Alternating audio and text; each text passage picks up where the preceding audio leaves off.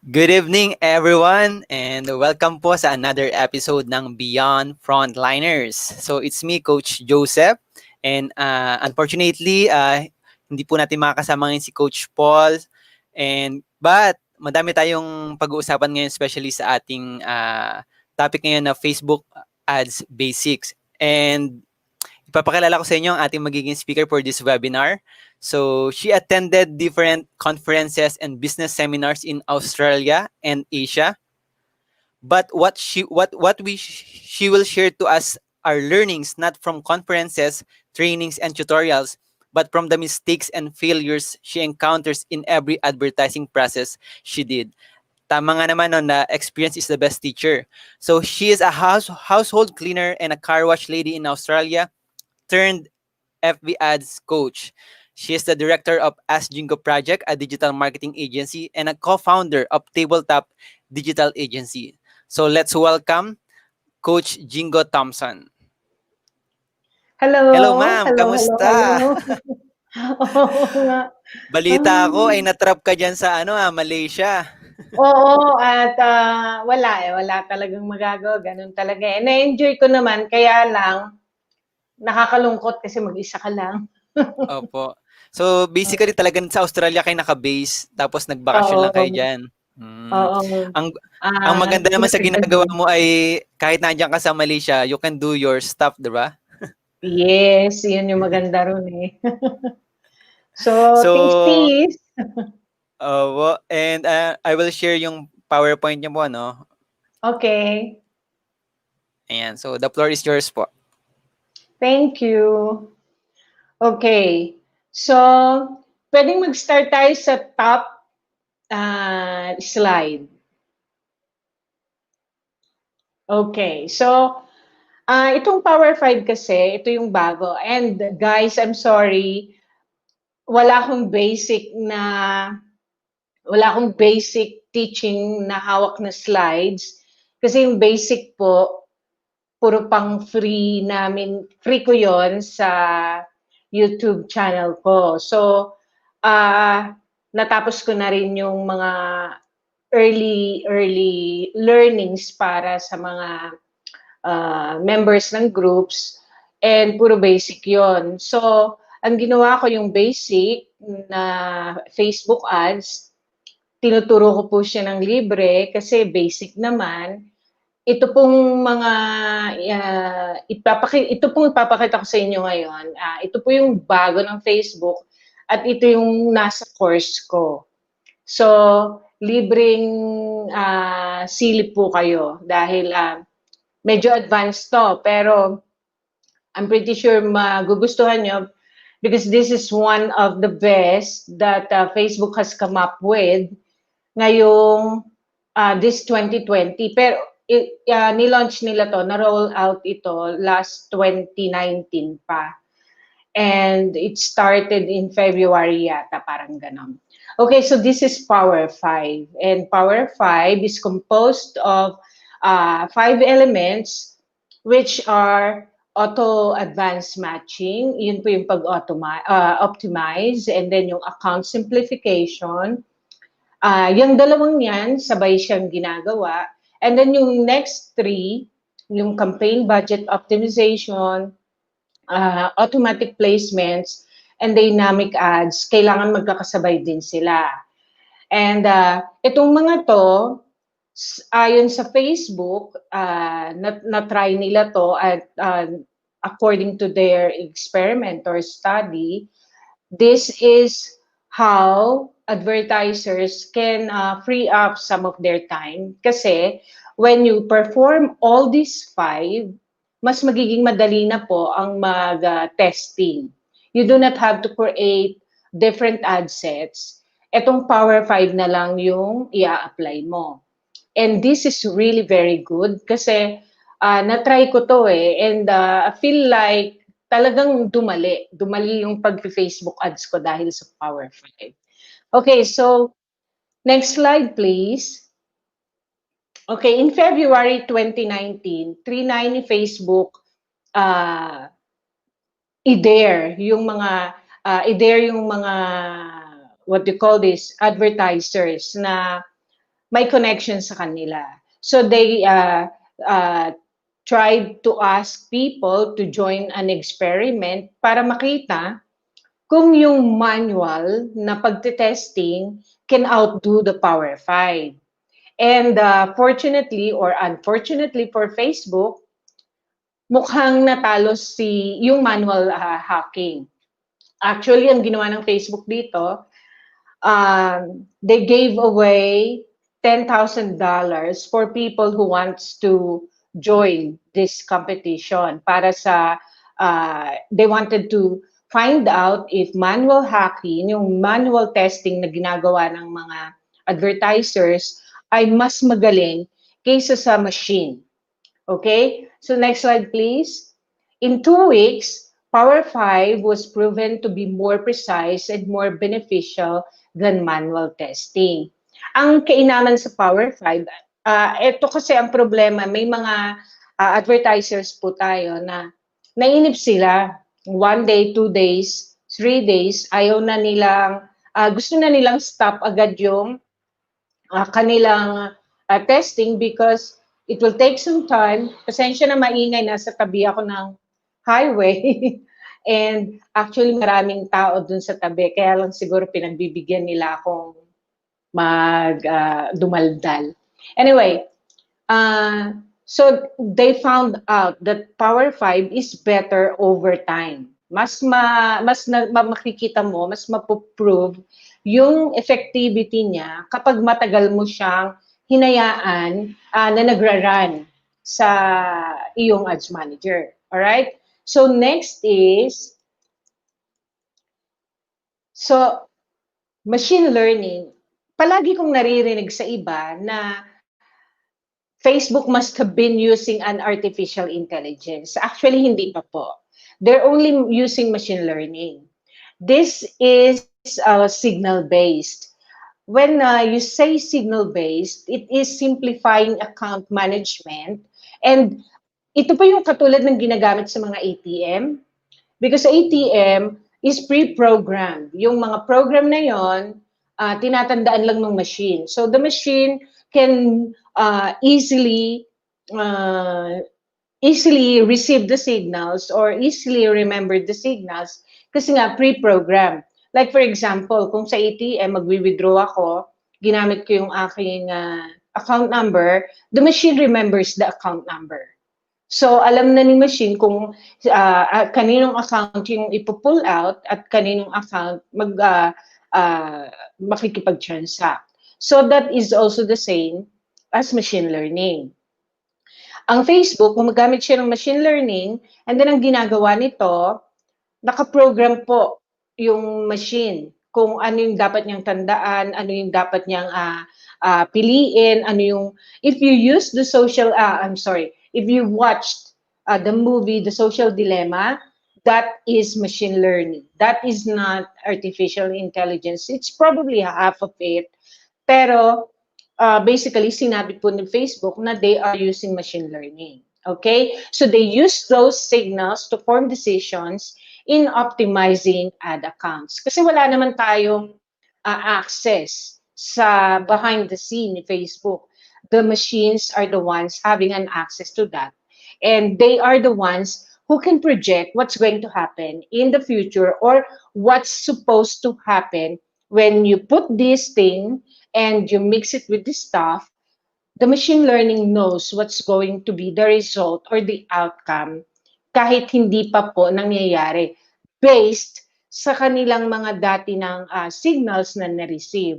Unlike tayo, nagbe-base lang tayo sa mga data, and those datas are not future. They're from the past. So doon tayo nagbe-based. Okay, next slide please.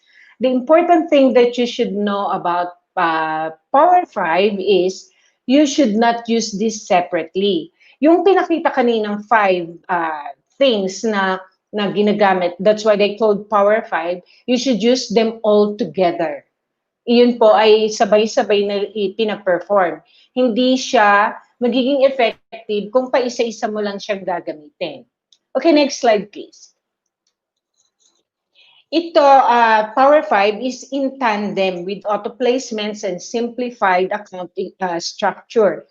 Yung tatlo kanina na separate elements, kailangan in tandem siya with auto placements and simplified account structure.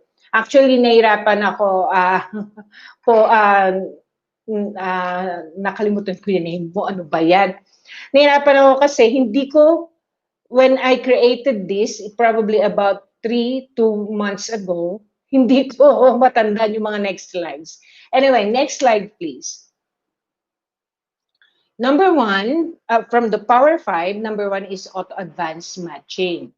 So, auto advanced matching allows Facebook to send back datas you collect from your website or email address, phone numbers, and during checkout, yung mga nag-sign in, yung registration, minamatch po ni Facebook yung mga tao na yan dun sa mga hinahanap natin.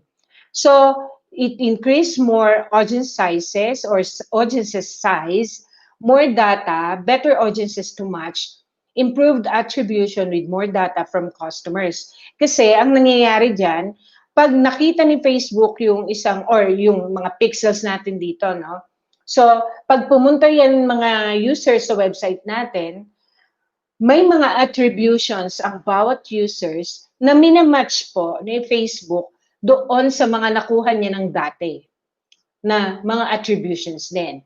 So pag minatch niya yan, alam niya na kung ano yung itong user na to, saan niya to i-categorize. Now, meron part doon sa pag gumawa ka sa Ads Manager, meron dyan part kung paano mo ito toggle on yung auto advanced matching. Ang ginagawa po nito is they use it's in to help the use of information from your customers. Like let's say for example, the customers have provided something and that information was recorded to your business like email address or phone number, and then it will match to your website's visitors kasi nga alam naman po ni Facebook through machine learning what or who your visitors are doon sa iyong website. So yung mga tao na yon, imamatch po yun ni Facebook doon sa mga bisita mo. This can help you attribute more conversions to your Facebook ads and watch more people through remarketing campaigns. Nagagamit natin yan. Nandun po yan sa ads manager natin. So, madali lang yon. And then you can set and forget. Kasi, alam niya na gagawin niya because it is a machine and it knows what to do.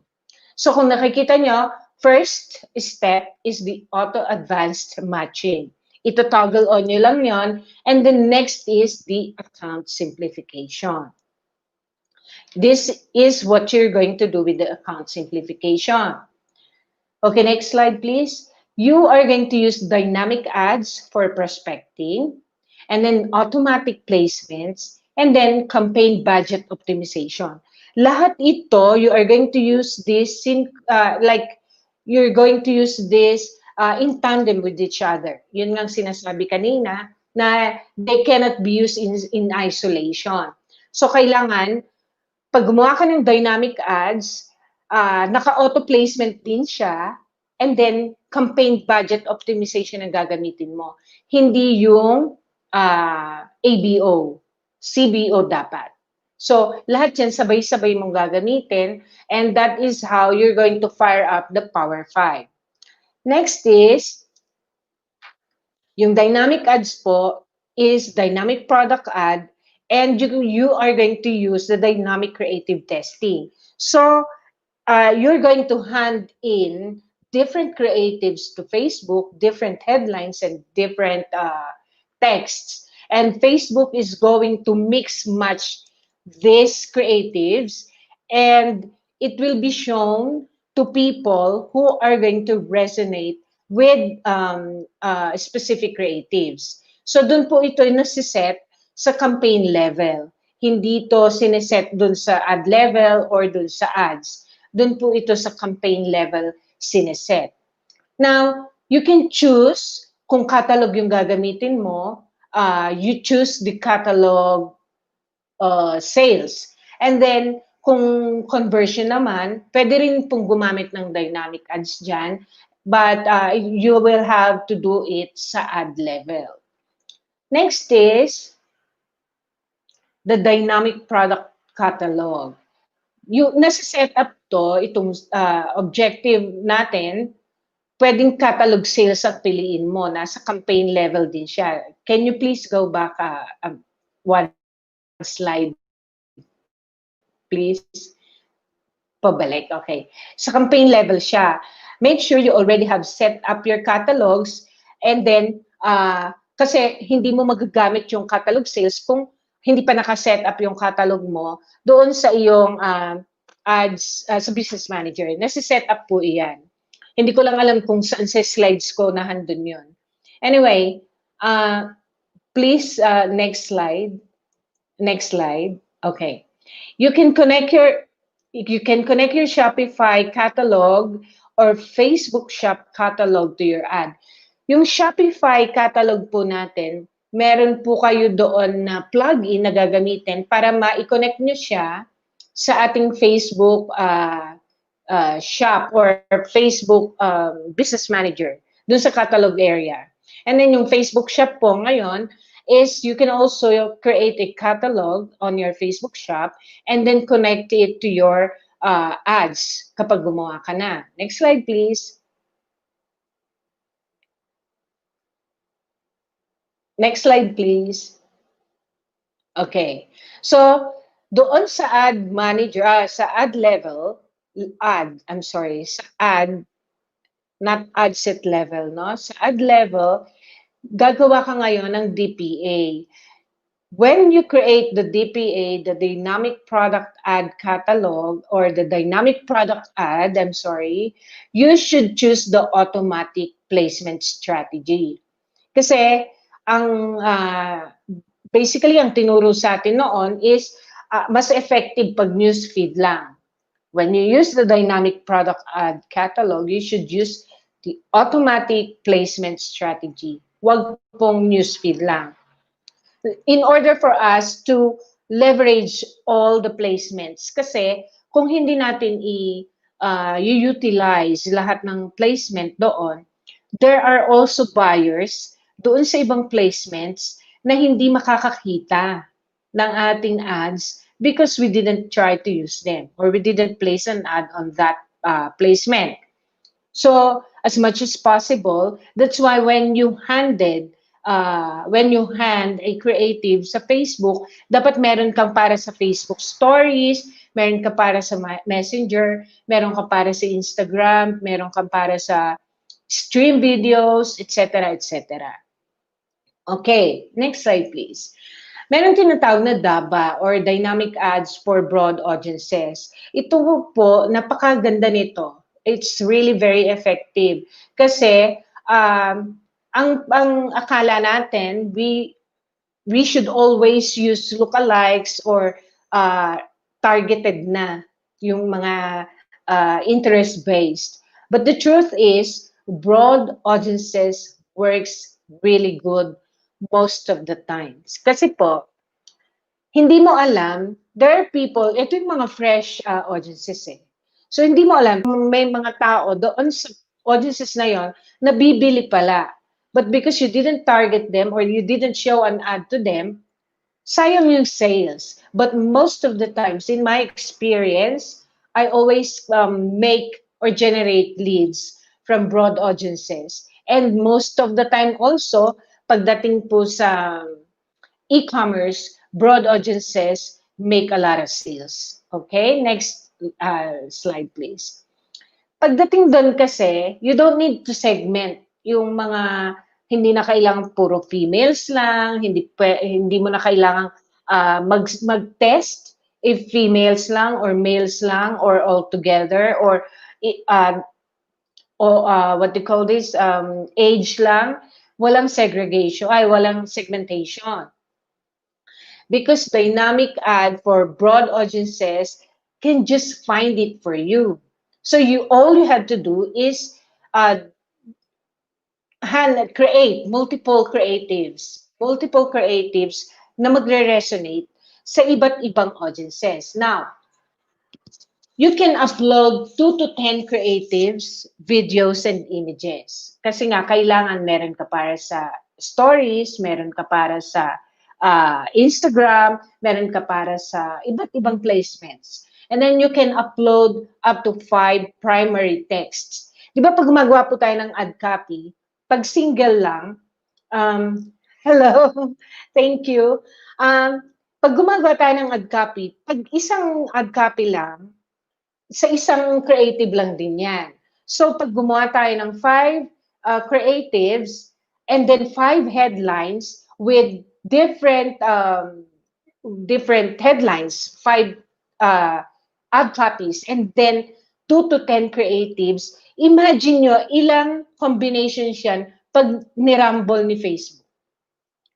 So, very good po yung dynamic ads. Kasi magbibigay ka lang, let's say, 5 na creatives ang binigay mo, and then you have 5 ad copies, and then you have 5 headlines, tapos ni-rumble siya ni Facebook, kasi ang mangyayari dyan, lahat ng placement, i-utilize siya ni Facebook.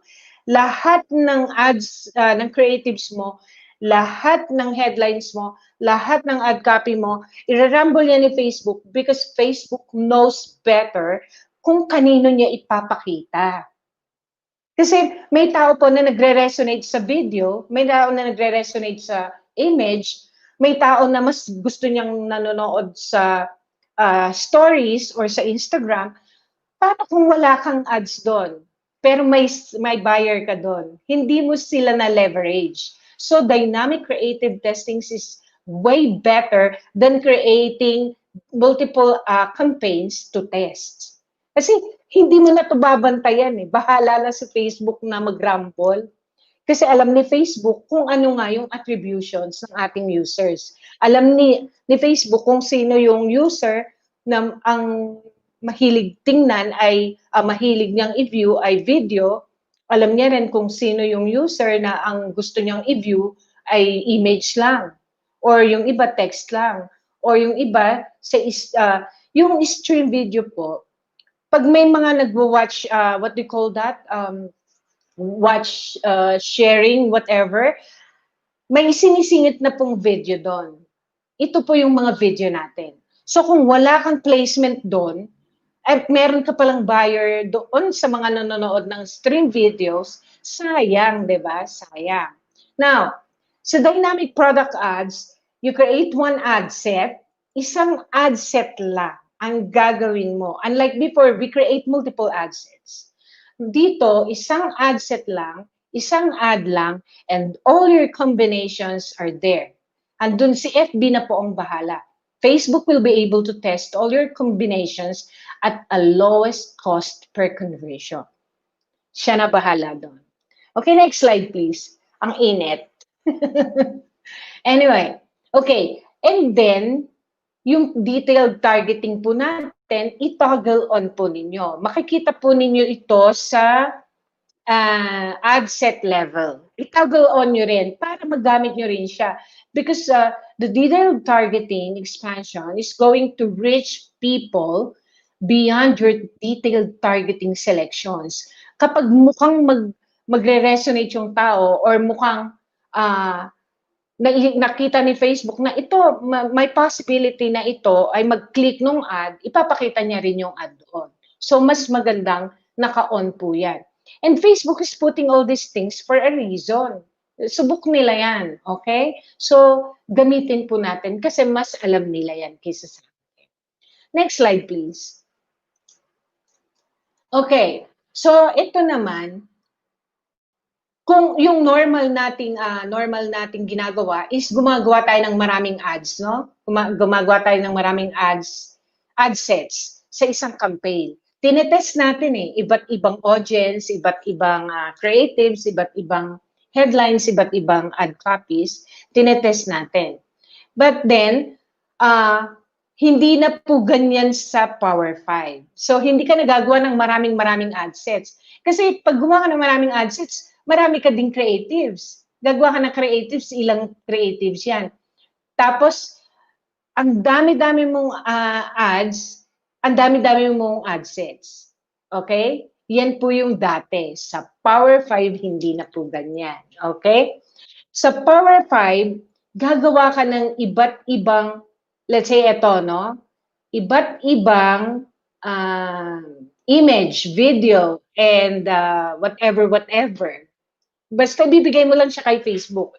Isasalang mo siya lahat, i-upload mo siya lahat, yung iba't ibang creatives mo, and then, meron kang, this is just an example ha, let's say tatlong creatives, you have dalawang ad copy, and then you have one headline, ang gagawin ni Facebook, rarambulin niya yan. Halimbawa, eto mas maganda siyang i-combine dito sa isang headline, or isang ad copy, or isang, basta irarambulin niya yan dahil alam po nila kung alin dyan ang magre-resonate dun sa user na nakakakita.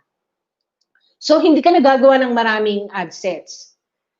Isang ad set lang with different creatives sa isang ads. The only thing you need to do is change creative for right-hand placements and messenger placements. Iba po kasi yung creative doon. Kailangan mo talaga siyang, what you call this, i-edit pa. And don't also forget that the vertical videos are for Facebook and IG stories. May mga videos po na yung vertical, yun ang inay. Wait lang po Hindi ko marinig sarili ko. Okay. Yung sa video, dapat meron din tayong vertical kasi meron pong IG at saka yung FB stories. Okay, next is yung automatic placement. Tulad ng sinabi ko kanina, the reason for using this is you don't want to miss a placement that gives you the lowest cost per conversion or the placement that can bring in higher ROAS. Kasi palagi lang po tayong nakakoncentrate sa news feed.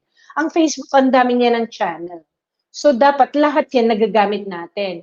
And what's wrong with showing it to everyone? If you are after revenue and leads, dapat lahat ng channel na po pwede mong i-utilize ay gawin mo. Imagine, nag-ads nga yung iba sa Google, nag-ads yung iba sa YouTube, yung iba sa TikTok, yung iba sa Instagram. Automatic placement is the same. Lahat yan ng tao, matatap mo, lahat ng audience, lahat ng klase ng audience, matatap mo when you use the automatic placement. Next. Okay, account simplification benefits. Ano bang benepisyo nitong account simplification na to? Broader audiences becomes more efficient with enough budget. More people to convert on any given day, and algorithm has enough signals in place. Ad set delivery becomes more stable quickly. Ang problema po kasi nating mga Pilipino, no? Ako din, problema ko din yan kuripot tayo. Ako din, kuripot ako So, natatakot tayong gumastos kay Facebook. Lalo na pag nagte-testing tayo. Pero yung pag gumastos po kayo sa testing, doon lang kayo gagastos sa testing. Kasi pagdating po at nakita nyo na yung winning combination ninyo, yun na lang ng yun, yung iraran mo, creatives na lang yung iti-test mo palagi. But you already know your winning ad. The one that's giving you result. So, at least pagdating sa time na yon, ang ginagastosan mo na yung siguradong may resulta. And then, it also reduce audience overlap. Bahala na si Facebook. Wala nang audience overlap. Di ka na dapat mag-alala. Because Facebook is also doing that for you. An overlap. Parang ganun yung nakita ko. The overlap, whatever. And it's easier to see which lever, which audience or creative is driving the most ROAS and scale against those. So, pag ginamit nyo sa Power 5, ang dami nyong makakat na learning curve or testing curve. Okay? So, maganda talaga si Power 5. Ganito yung aking, when I do accounts, when I do ads right now, naiinitan ako. When I do ads right now, ito na lang yung structure ko. So, prospecting, ito yung top of funnel. So, ito yung cold audiences. So, pagdating sa cold audiences, gagamit ka ng dynamic creatives and then isiset mo sa CBO, campaign budget optimization. And then, syempre, magte-test ka ng mga audience, broad, interest, or lookalike. Ilang perasong audience yan. Let's say, 5 different audiences. Dalawang interest, isang broad, dalawang lookalikes, no? And then, dun sa remarketing, sa middle of funnel, gagamit ka ngayon ng dynamic creative ads din, and then CBO. Pero alam mo na, no? So, ang i-optimize mo na is yung traffic, and then traffic, I cannot see it very well. Existing customers, 150 days, gagawan mo na siya ng segmentation. Kasi makukuha mo na yung kung sino yung audience na tina-target mo from sa top of funnel. And then sa re-engagement, kasi gagawa pa ulit tayo. Re-engagement po ito, no? Yung middle of funnel pa rin. So gagawa tayo yung para naman po sa page. Kasi ito galing to sa websites sa website, and then ito naman yung mga galing sa page. I-re-engage natin sila. Ito-targetin na rin natin yan. Pagdating po sa bottom of funnel, the best creatives to use is DPA. So, DPA ang gagamitin mo. And then, catalog sales. Yung dalawang yan ang pinaka-effective pagdating po doon sa bottom of funnel. And then, tatargetin mo 14 days, view, content, or add to carts, and then yung mga existing customers na 180 days. Next, please. Okay, so ito yung sinasabi ko, na hindi ka na matatakot, di ka na mag-aalalang may overlapping kasi may deduplication na rin po si Facebook. Lahat yan is automated. Lahat yan nagawa na ng remedyo ni Facebook. So wala ka nang ipag-aalala na nagdodoble-doble. Next slide, please. Okay, so sa account simplification, 'di ba meron tayong tinatawag na top of funnel, yung katulad ng pinakita ko kanina, middle of funnel dito sa engagement, at yung sa DPA. So ganito yung funnel na dapat ginagawa natin.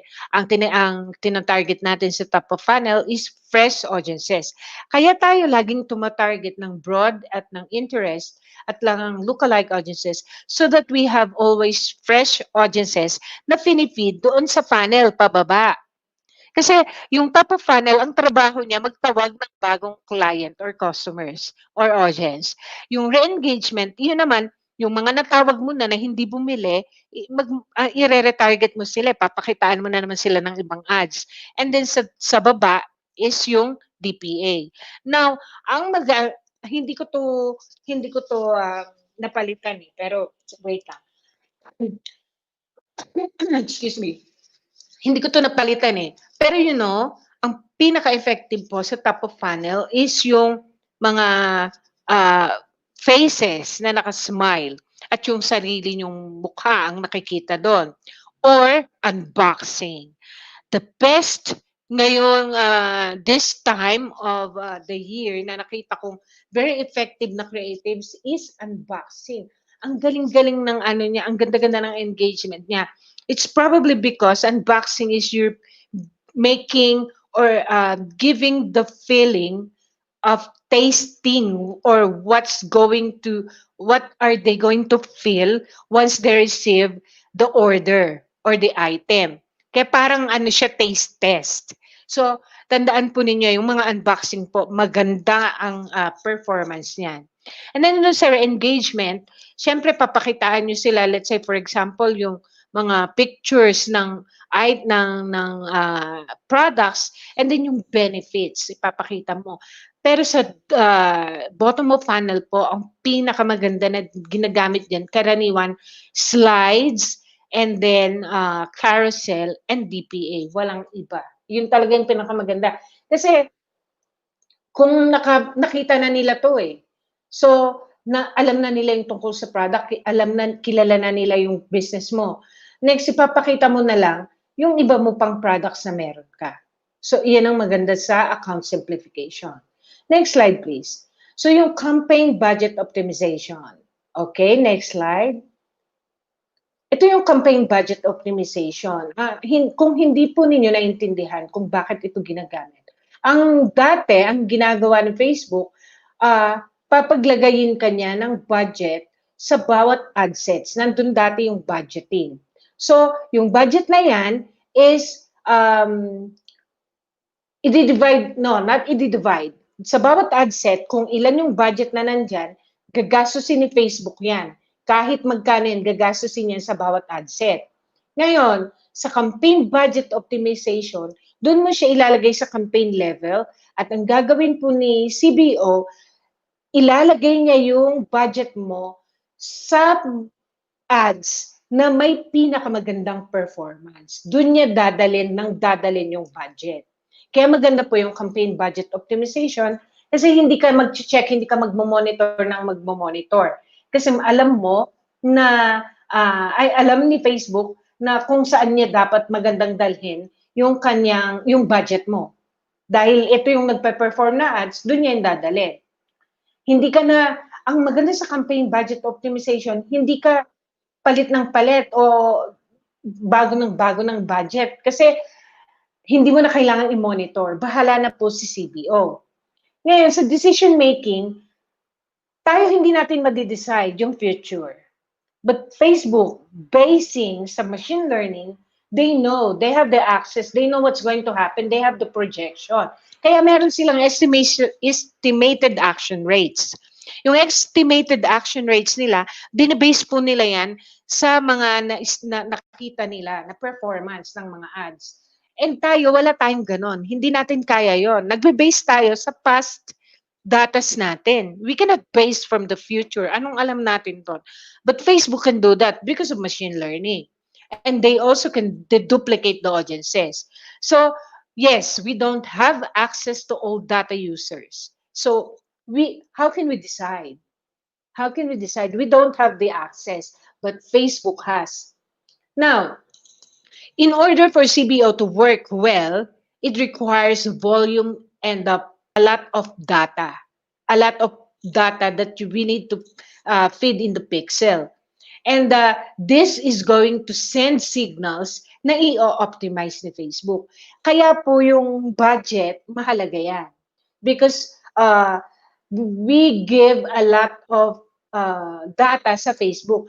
Akala natin, pabor lang si Facebook dun sa mga big time advertisers kasi marami silang binabayad o malaki yung binabayad nila. No, that's not true. Kaya po sila pabor doon sa mga big time advertisers because these advertisers are bringing in a lot of data kasi malalaking budget nila. And Facebook needs a lot of data to learn and to know which audiences are the best for different ads. And you don't need to monitor all the time kasi bahala na nga sa CBO. And then it means less control. Requires trust in Facebook having advertisers' best interest. Kaya po tayo, we need to trust Facebook. Actually, akala natin ginugulangan tayo, kinukuha lang yung pera natin, but that's not really true. We need to trust the algorithm because it is designed in order to help advertisers talaga. And in order to make our lives easy, the advertisers' lives easy. Kasi ayon Facebook, na lumipat po tayo sa iba. That's why they are doing their best na pagandahin yung kanilang platform. Ayaw nilang siyempre pupunta ka sa YouTube, lilipat ka na sa TikTok. Ayaw nila yun. Next slide, please. So, how to set up your CBO? Siyempre, sa CBO, magte-test ka ng iba't ibang audience, interest, broad, and lookalikes, no? And then you set up a campaign, mga 3 hanggang 5 ad sets dun sa isang campaign mo. And then, dynamic creative is about 3 to 5 active ads per ad set. Halimbawa, isang campaign, 3 ads, sa bawat isang campaign, 3 ad sets, sa bawat ad sets, 3 ads. Yun naman po sa testing nyo lang yung gagawin eh. Hindi nyo yung gagawin palagi. Kasi pagtapos ng testing, alam mo na yung winning combination mo, yun na yung scale up mo. And then gagamitin mo yung automatic placements. So, after mong mailagay, don't just use one, but most of the time talaga yung ibang advertisers, newsfeed lang ginagamit nila. But I've experienced automatic placements. If you have the budget, that's better. Ngayon, i-optimize mo is purchase. I-optimize mo is purchase, okay? And then, if mag-i-scale ka from lowest cost bidding. Kung gusto mo naman at para hindi mo masunog yung budget mo, you can also do cost cap and bid cap para kontrolado, no? So hindi ka na nag-aalala palagi ng naka-in place or naka-position na yung sistema mo. Kasi kung hindi, baka maubos naman ni Facebook yung pera mo, hindi mo na-monitor, di ba? So, it is best to find the one that will work for you. And then, give it time. Give it time to get out of learning phase. Kasi wag, 3 araw lang, hindi pa po niya alam yon yung best audience mo. Hindi niya pa alam yon. Okay, next slide, please. We base our analysis based on the past actions and data, while machine learning base its decisions on the future outcome. Kaya maganda kasi Facebook already knows what's going to happen. Ito ay base sa mga data na meron siya. Tayo, paulit-ulit ako, no? Nagbabase tayo sa mga data ng nakaraan nating ads, yung report doon, yung nakikita lang natin. But Facebook already knows because they can project what's going to happen because they already know the audiences. Okay, next slide, please. So yung bid cap on ad set and then yung CPA target, pinoprotektahan po niyan tayo para masunog yung pera natin. Yung cost cap na tinatawag is yung, halimbawa, naglagay ka ng 100, 100 pesos, sinabi mo kay Facebook, 100 pesos lang ang kailangan kong magastos, kung ilan lang yung result niyan, okay na. So kung 1,000, kung 5,000, bibigay lahat ni Facebook yan. Merong mahal, merong mura, whatever, basta hindi lalagpas sa 100 yung gastos mo sa isang araw. Yun yung yun yung cost cap. Yung bid cap naman po is yung sasabihin mo kay Facebook na, hanggang 15 pesos lang yung gusto kong resulta ha. Pwedeng 13, pwedeng 17, 18, pero wag lalagpas doon ha, hanggang doon lang ako. Or laging 15 pesos lang. Yun po yung bid cap. Yung target cost is yung bid cap kasi pwedeng negative, positive, plus or minus. So yung pwedeng 13, pwedeng 17, hindi lang 15 pesos. Pero yung target cost po, yun po yung precise. Kung 15 pesos gusto mo, lahat lang ng may presyong 15 pesos ang ibibigay sa'yo na Facebook. So kung ako ang tatanungin, I like cost cap and bid cap. Target cost po, hindi masyado. Okay? So next slide, please. Why not, kung gano'n naman pala, why not just put the budget with higher ROAS, yung malaki yung resulta, no? Hindi pwede. Not all the time. Adsets can run out of lowest cost conversions. Kasi hindi natin yan alam. Si Facebook alam niya yon. Let's say for example, no, yung 200 pesos per day mo na budget, nakita mo ni Facebook na, wala ng lowest cost na darating. So, ibibigay ka niya na sa second low, mas mahal ng konti. Kung naka-bid cap ka, hindi ka makakakuha doon.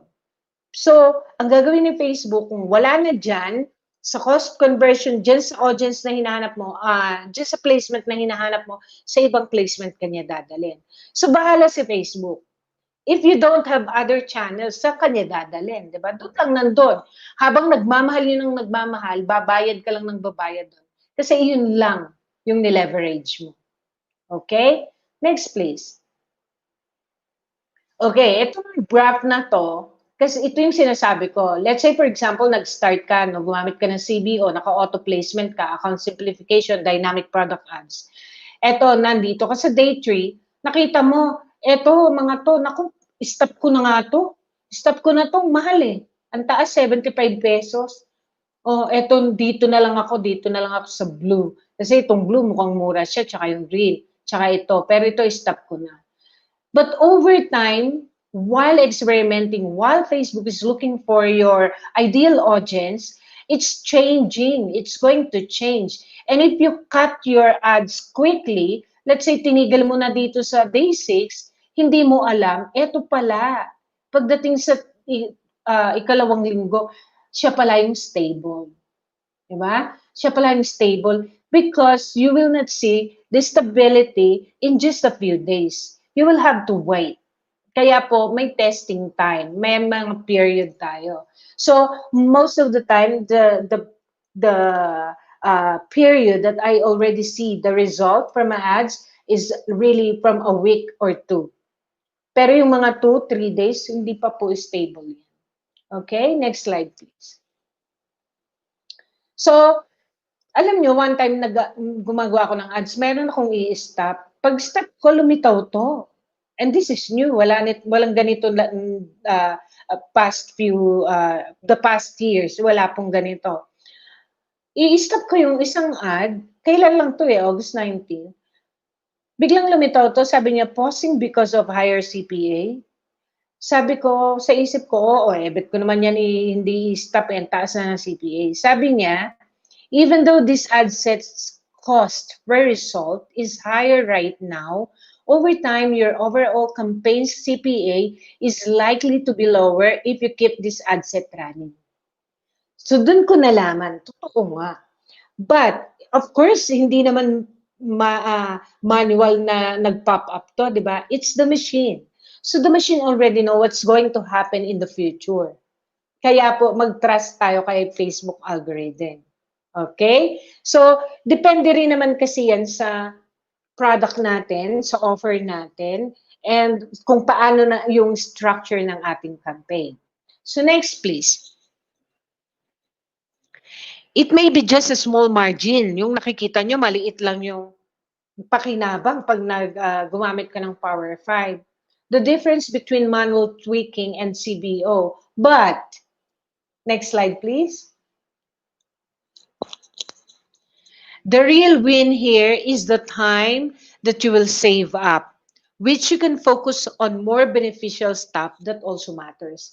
Kasi kung gumagamit ka ng Power 5, hindi ka na testing ng testing, hindi ka na gawa ng maraming ads, hindi na masyadong maraming ad sets mo, hindi na masyado yung ads mo.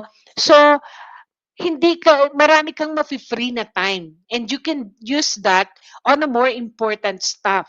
Kung saan mo po pwedeng gamitin pa yung oras mo na free up dahil gumamit ka ng Power 5.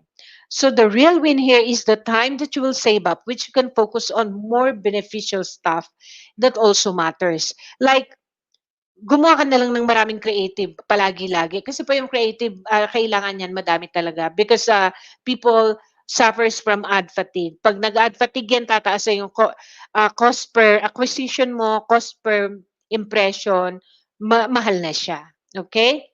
Next, please. Para matatapos na. Okay, yan, tama. Creatives and then copy. Pwedeng dun ka na mag-concentrate kapag ka gumamit ka ng Power 5. Kasi marami ka ng oras, marami ka ng time para sa ibang bagay. Ang init. Okay, next please. So that's it. Yun po yung CBO. I think marami pa akong hindi na-explain mabuti kasi naiingayan po ako. Pero so far, yun yung mga importanteng bagay na kailangan yung maintindihan so that I really suggest you try CBO. And that's it. This is Coach Jingo. Thank you. Ang init. Maraming Wow. Ang balita. Hello, sir. salamat po. Thank you so much. You're welcome po.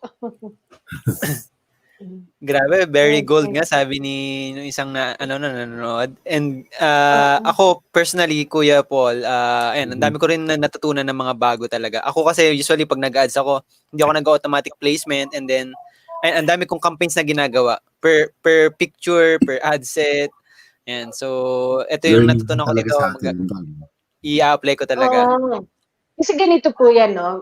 Last, hindi to kasali. Kasi nasa course ko to eh. Nailabas ko na lahat. Kasi minsan, si, si Facebook, hindi niya yan, alam niya lahat yan eh. Halimbawa, ako, alam niya kung anong cellphone ang gamit ko. Alam niya kung gumagamit ako ng Wi-Fi. Alam niya kung nakadata lang ako. So if you are only using videos, the people that's using data only will not see the ad. What if they are Yeah. also buyers? So you have to have different creatives.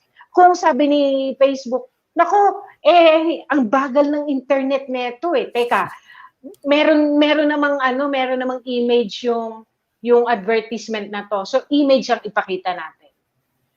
Facebook is not going to show you a 1080p video kung nakadata ka lang. So dapat lahat meron ka. Lahat ng ng angulo meron ka. Kaya yun mahalaga. Yung iba, pag may image, okay na sila eh. Ang hindi nila alam, paano yung buyer mo pala sa video nagre-resonate? Image lang meron ka. So, hindi niya ikiklik. Kasi alam ni Facebook kung sino yung mahilig manood ng video, mahilig lang sa image. Alam ni Facebook lahat yan. So, kaya sayang, pag hindi alam ng mga advertisers, lalo na yung mga business owners, hindi nila alam. Tapos, puro image lang sila. Hindi sila nagsusubok ng iba pang creatives. Marami silang namimiss. So, yun, ganun nga. Grabe, oh. Nagmo-moist yung May init pala sa Malaysia. Mainit. Grabe, sabi ko, Diyos ko. Siguro, dito kay Paul, kasi alam mo, nung naranasan ko first time kung magpunta ng Australia, sabi ko, may ganito palang klaseng hangin. Yung sobrang, alam mong fresh. Tapos, Fresh, siyempre, 6 years, no? 6 years akong doon sa Australia. Di sabi ko, makikipagkita na ako sa mga anak ko. Medyo may panglaboy na kami. Punta ako ng Singapore. Baba ako ng Singapore. Sabi ko, Panginoon ko, ang init ko lang sa ibang bansa. Doon ko na-realize ang pagkakaiba ng ano. Kaya kakalungkot. Init!